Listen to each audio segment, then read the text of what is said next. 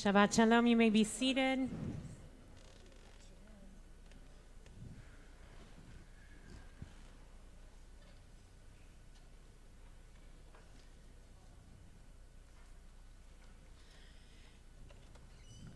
There are many things that keep me up at night these days, or maybe wake me up very early in the morning, or sometimes even give me nightmares. Issues of the future of liberal democracy, both here and in Israel. The profound questions facing our people, both internally amongst us and how we are being seen by the wider world. However, in addition to the myriad of these very large existential questions, one of the things that has disturbed me the most over these past couple of years is the dearth of space in which our smaller and wider Jewish communities are able to wrestle with these questions in meaningful ways. Instead of dialogue about ideas, fears, convictions, and doubts, we encounter toxic accusations, abuse of language, and the degradation of the humanity of each other. We make assumptions about one another's motives. There are campaigns to delegitimize rabbis and leaders in so many places right now. We presume to know what lives in another person's heart. We imagine we can read another person's soul. We are often so self-righteous. We lack curiosity.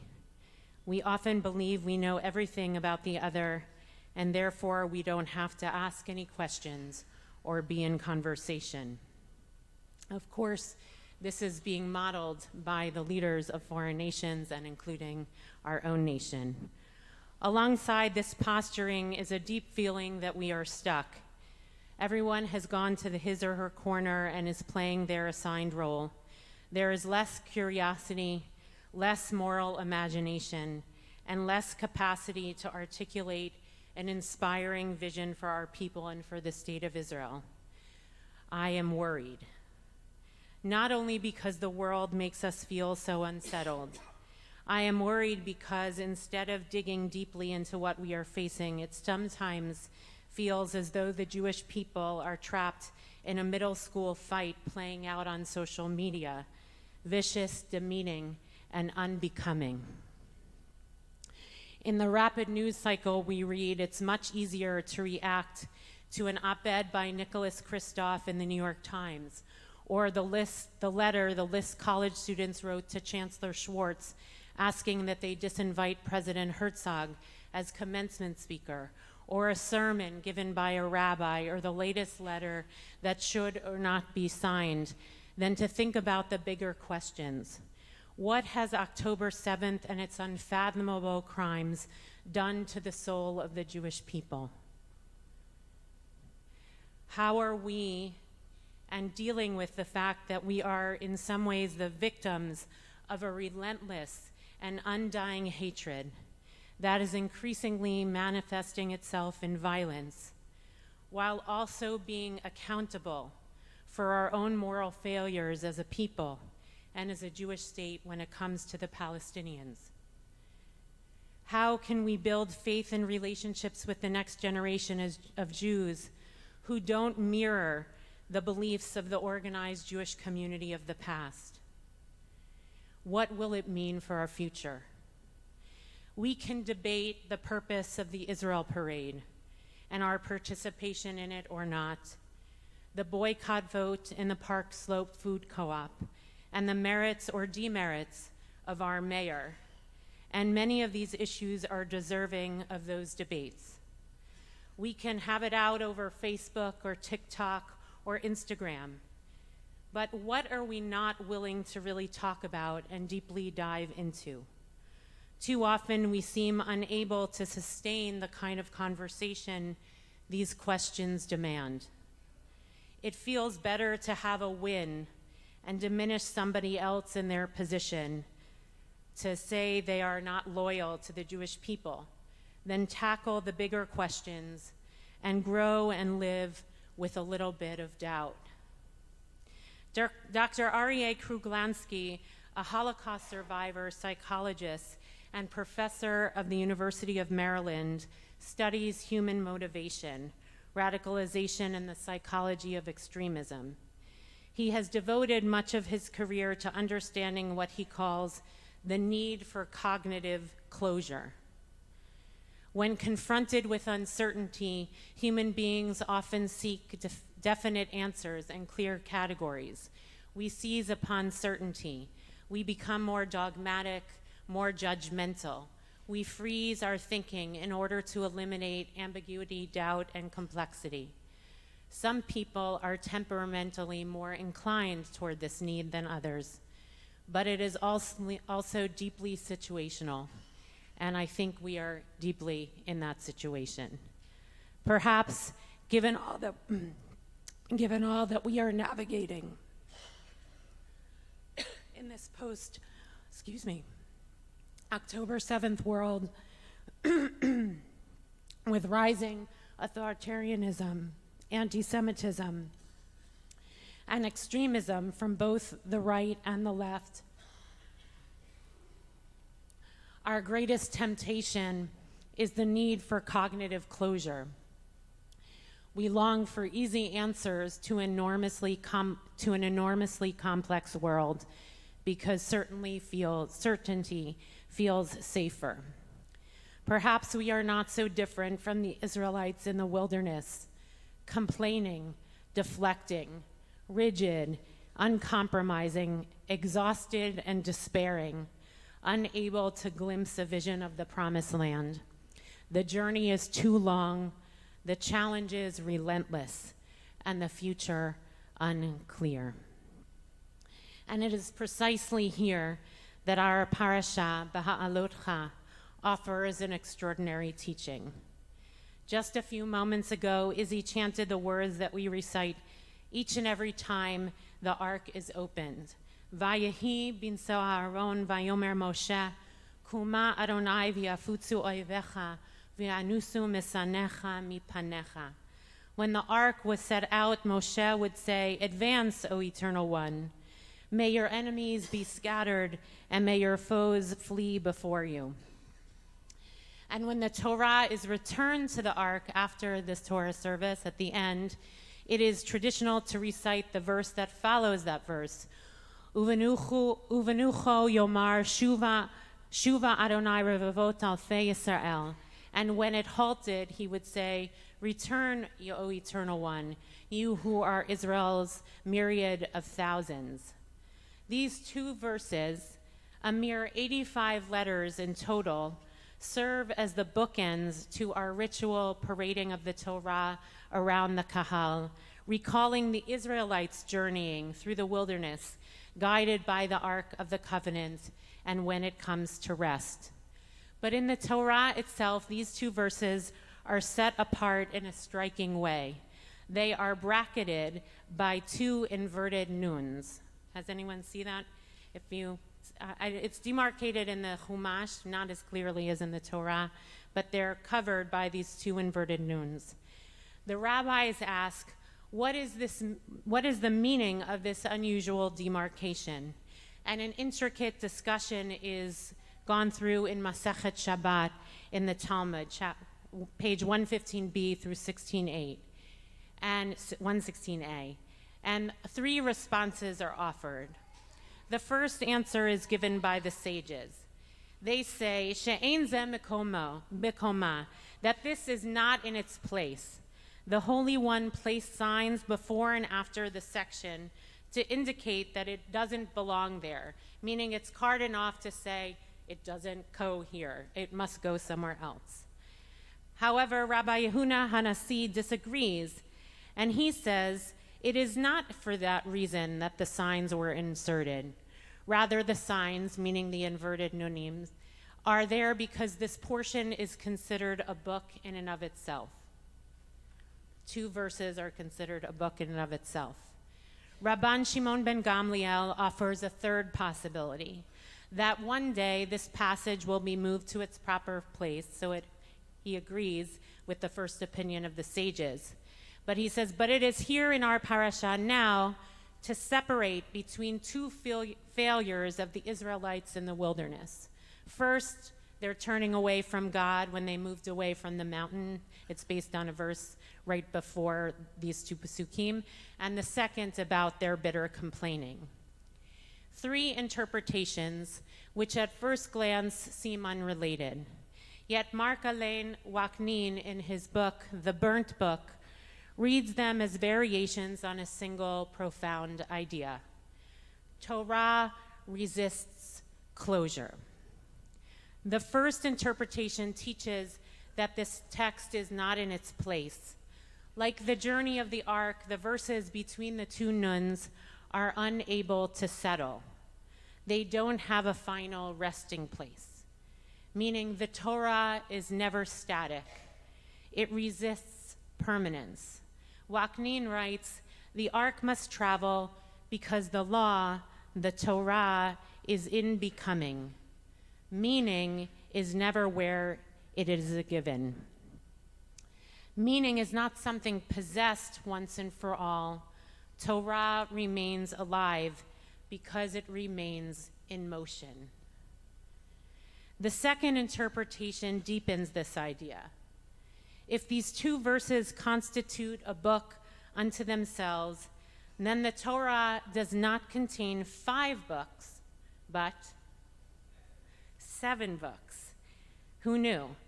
These verses become a kind of generative center, splitting and multiplying what seemed fixed and complete. Rabbi Yonatan affirms the position of Rabbi Yehuda HaNasi by offering a proof text for the 7 books, which occurs in Proverbs chapter 9, verse 1. Chochmot banta beita, chatzva amudeha shiv'ah. Wisdom has built her house, she has hewn her 7 pillars, meaning 7 pillars, books of the Torah. Waknin calls this the bursting of the book into books. The breaking open of the text creates the possibility of new meanings, new understandings, new futures. The third interpretation is perhaps the most surprising. This little book is placed here not to continue the narrative, but to interrupt it. It stands between one act of failure and another. Waknin writes, the book, that which hinders violence from lending violence assistance. The book is thus an interruption. Torah interrupts inevitability. It disrupts the assumption that the only response to failure is more failure, that the only response to evil is more evil, that the only response to violence is more violence, that there is only one story to tell. The Torah in this idea is provocative. It unsettles what appears settled. It builds discontinuity into its own narrative. It invites in imagination.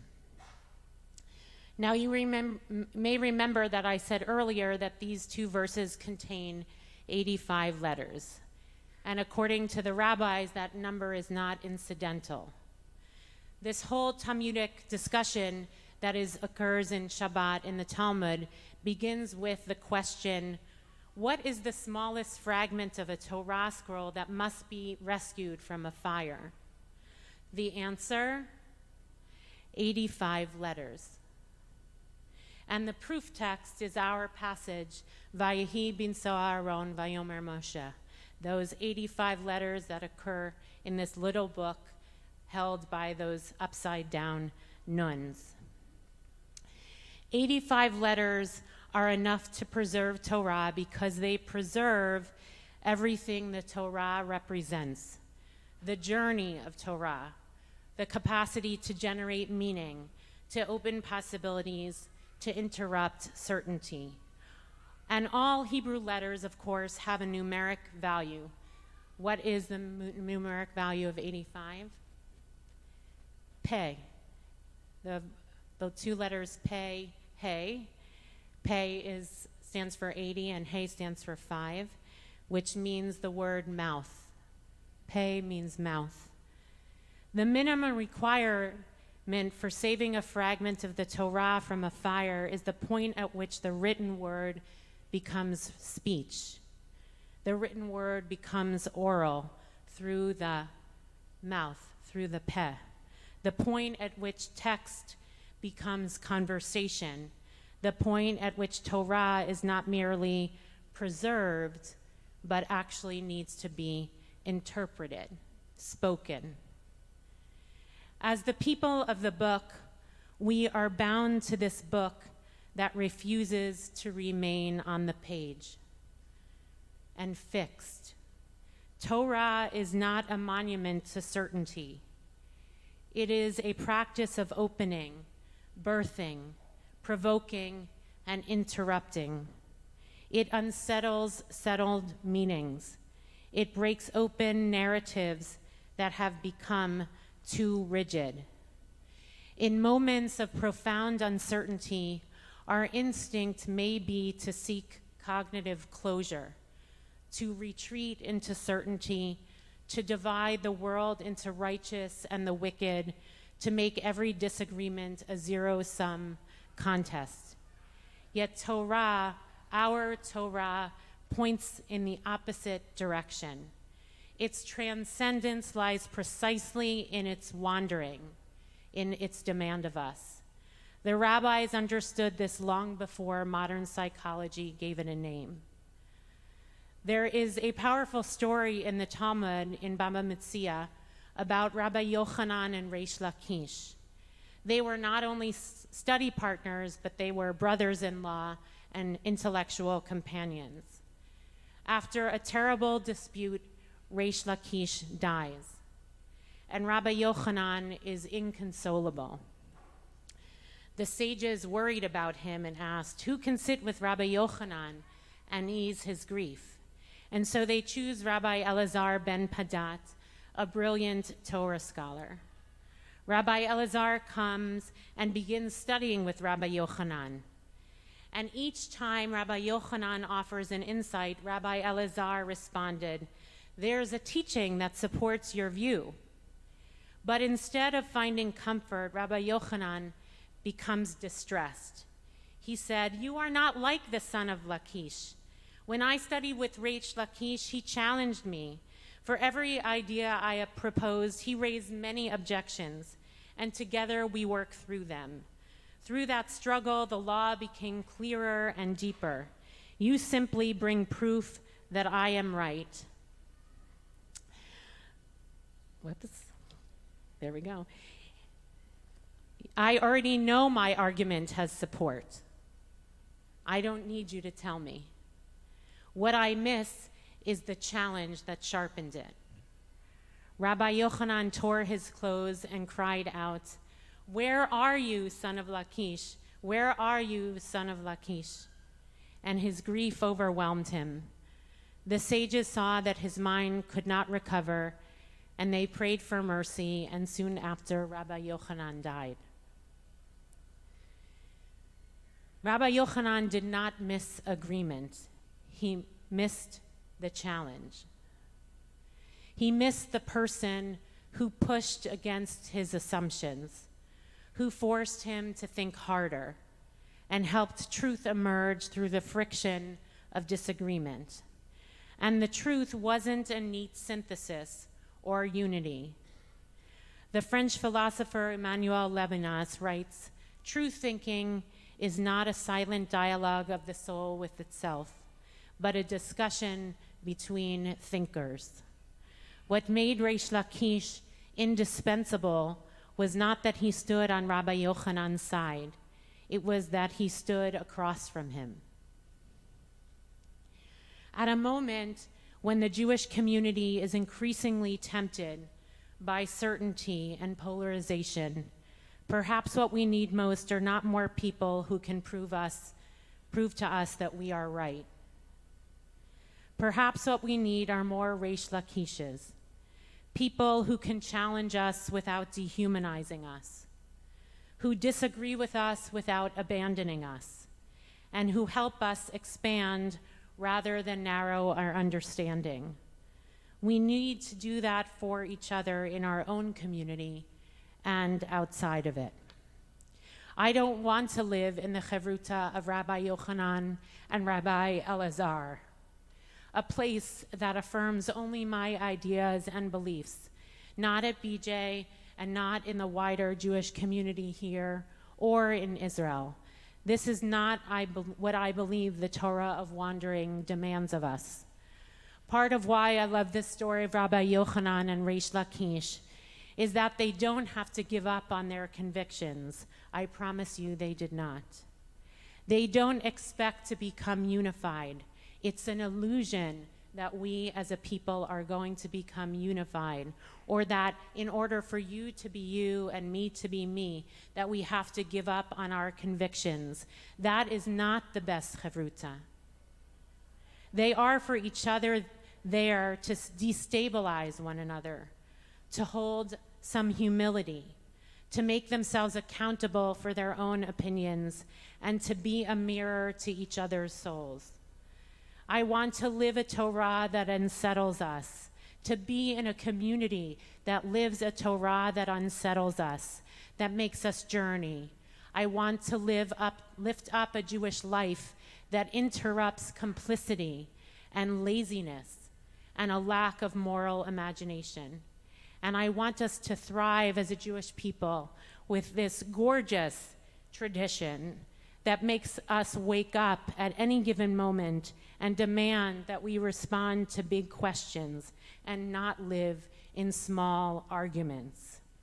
There is no way to the promised land except through wandering. That's what these books are telling us. That is what the book of Bamidbar lives out. Perhaps that is the greatest certainty and the most profound blessing the Torah has to teach, all encapsulated in 85 letters, bracketed by 2 upside-down nuns. Shabbat Shalom.